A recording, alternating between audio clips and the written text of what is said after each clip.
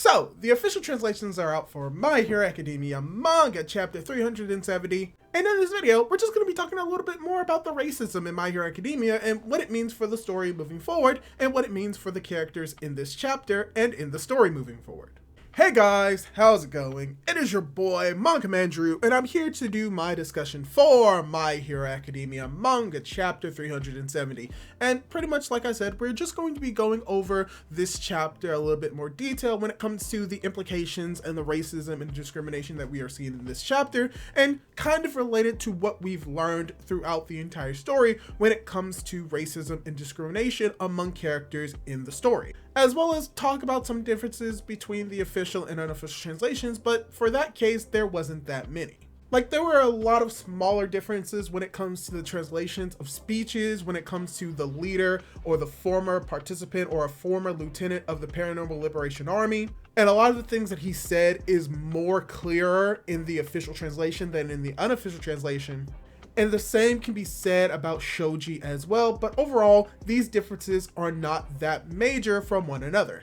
But just overall, there's a lot more clarity in the official translation than in the unofficial translation. And with that, let's talk a little bit more about the racism and discrimination in the world of My Hero Academia.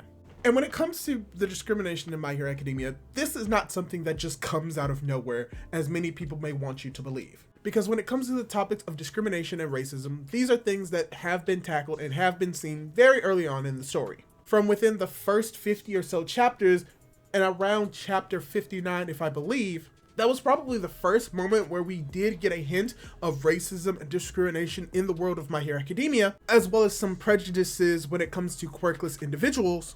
But overall, the idea was, or seemed to be more of the idea, that the discrimination came specifically from the fact that these individuals had quirks. But with a little bit more information that we get later on, and even in this chapter, that may not necessarily be the case. And this comes from the idea of what we saw in that one panel is very much similar to that of people who were discriminating against individuals that had quirks. But for the most part, the individuals in that panel that they were discriminating against had specifically heteromorphic quirks or mutant-based quirks. And that's an important thing to realize, because that is a core aspect when it comes to the racism and discrimination in the world of My Hero Academia. And that is the discrimination of individuals that have these quirks that drastically shifts and changes their bodies to appear non-human. Because we did learn from Spinner's initial flashback that he was criticized for being a heteromorph, and that's because he looks very much like that of a lizard. As well as we were introduced the CRC, the Creature Rejection Clan, that discriminated against individuals that looked very much different from what is perceived to be the normal.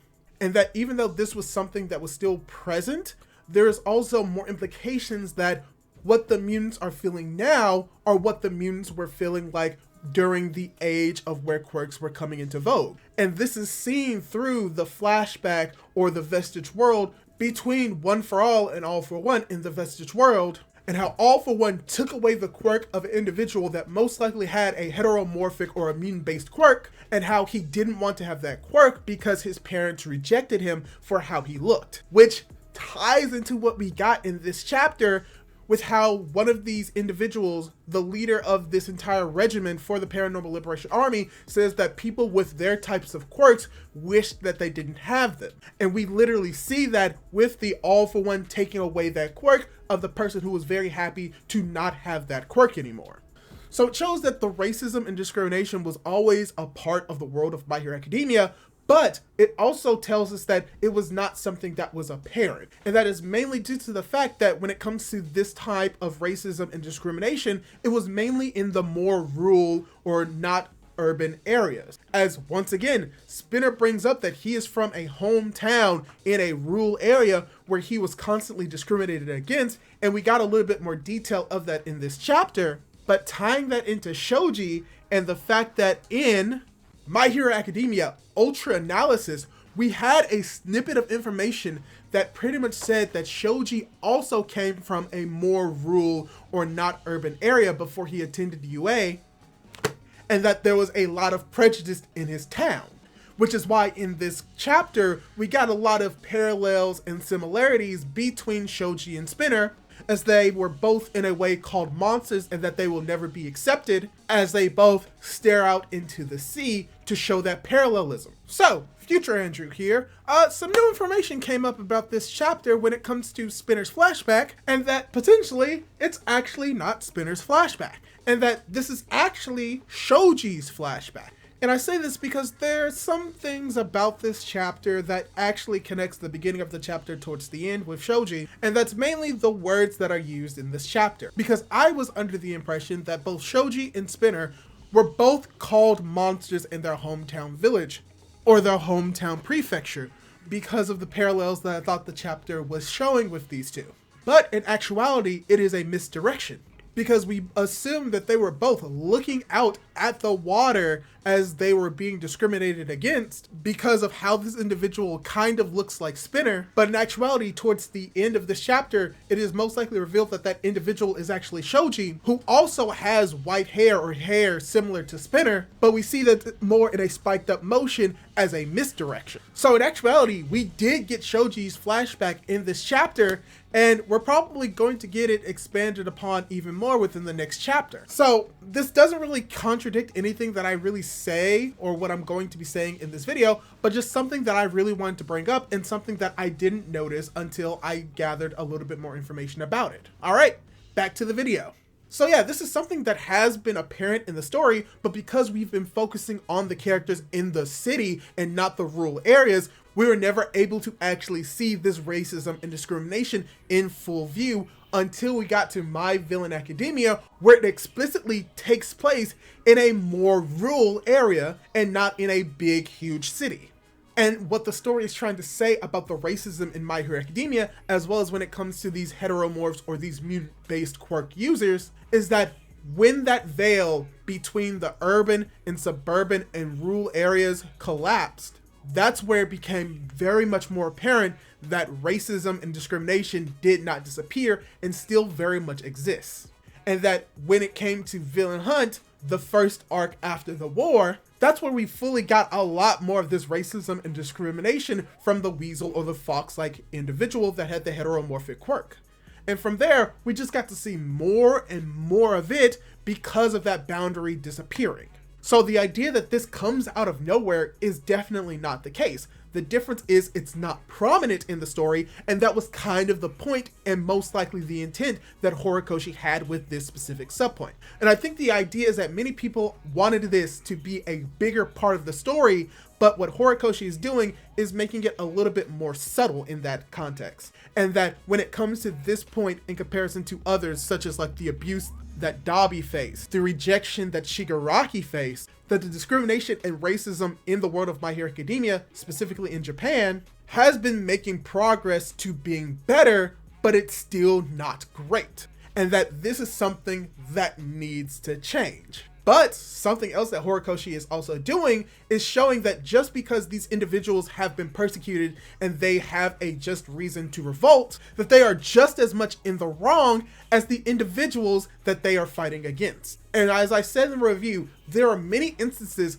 that showing that these civilians and that the Paranormal Liberation Front members who have heteromorphic quirks are in the wrong with how they're going about it.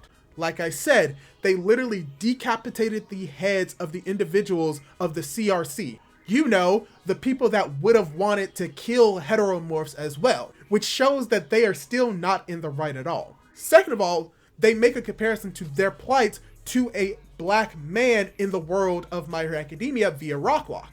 And whether or not Rocklock has experienced discrimination in his lifetime within the 120 years after modern day, the idea that Africans, as well as African Americans, as well as black people, have been discriminated against and had a lot of racism thrown against them, and that the reasoning why, most likely than not, Horikoshi had these heteromorphs talking about them being discriminated against towards the hero of Rocklock, who is a black man, to show how much discrimination in comparison to Rocklock that the heteromorphs may have experienced, but also just to show how wrong they are in their pursuit, because they are trying to talk about discrimination towards a black individual who, when it comes to the history of Africans, African Americans, black people in the world, they have been discriminated against. And it's just to show how much in the wrong they are. and that what they are doing, whether or not it's for a good or just cause, is not justifiable. And this ties even more to the idea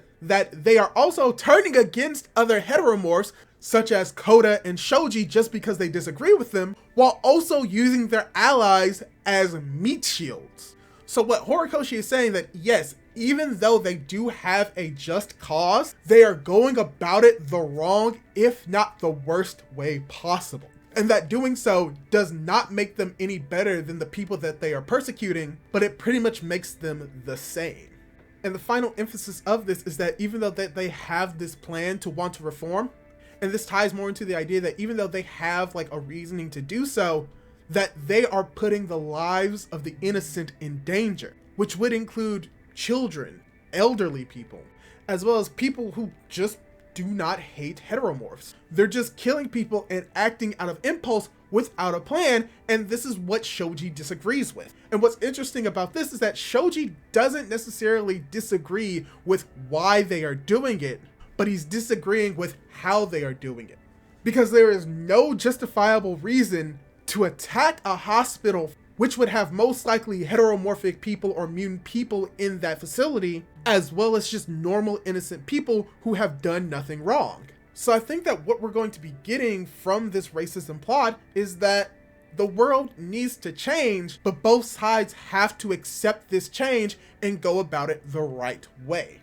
And that Shoji is most likely going to be the individual to push towards this right way because he comes from both sides. He comes from the side of experiencing the racism and discrimination from the more rural areas, but he also has the convictions and the ideas that he gained from being in a more liberal or more progressive society in the city, and how he is going to be the one to cross the barriers and join everyone into a more justifiable cause, or to allow this cause to be done in a better way. Which I think makes sense for Shoji's character, and I can't wait to see where this is going to be going within the next few chapters. So I do not think that this issue is going to be immediately resolved within the next few chapters, but is going to be doing a lot of the legwork to prepare for the end of the series, where it will be solved most likely to an extent, but what will most likely happen is that there's going to be changes that will prevent this discrimination and racism from becoming prominent in both the rural, suburban, and urban areas.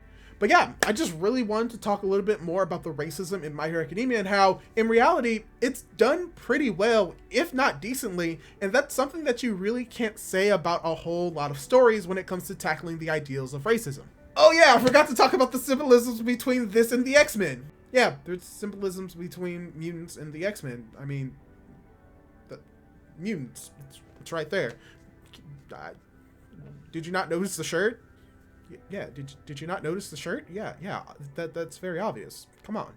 And that can be an entire video on its own, which, now that I think about it, I probably can do that. So yeah, that's all I really wanted to say. I just really wanted to talk a little bit more about how the discrimination and racism in My Hero Academia is being shown through the story that Horikoshi is crafting, and talk a little bit more about what could be going on in the near future. But yeah, that's all I really have to say about this topic. That's all I really have for this discussion. So let me ask you, how do you think Horikoshi has been handling the discrimination and racism aspects of My Hero Academia? Do you think that they have been done well, or do you think that they've been done not so well? Leave your thoughts down in the comments down below, leave a like on the video if you liked it, and don't forget to subscribe to my YouTube channel for more content like this. Do all that cool jazz, and hopefully I'll be able to catch you in my next video. Goodbye!